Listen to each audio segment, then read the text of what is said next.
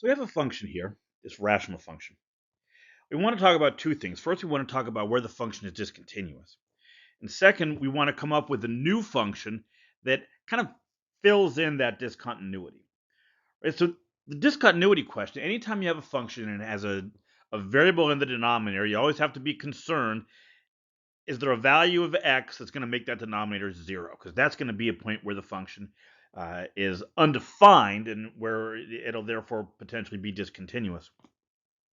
So that's an easy enough thing to find here. All we have to do is set the denominator equal to 0, and we solve this little linear equation. We get x equals 3.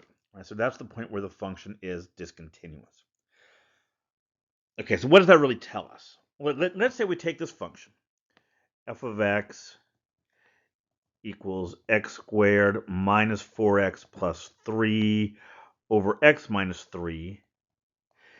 And we try simplifying this. Right? So all I'm going to do, I'm going to factor the numerator. That's x minus 3 times x minus 1 over x minus 3. And then the x minus 3's cancel. So this simplifies just to this very nice little linear function. Now, when you're talking about rational expressions in like an intermediate algebra class, maybe a second year high school class, you'll simplify it and you'll end up with x minus 1 and you'll say, okay, great, I'm done. But technically, it's not exactly equal to that. It's equal to that everywhere except where x equals 3. Right? That's that point where the original function was undefined, and we can't just simplify that away.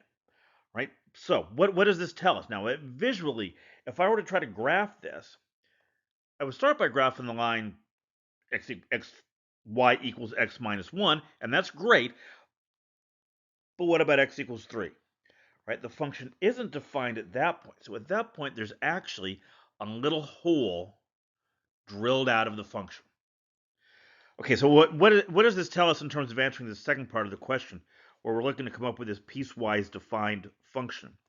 Well, the original function, let's call this new function g of x, give it a different letter. The original function was doing just fine for every value of x except for 3.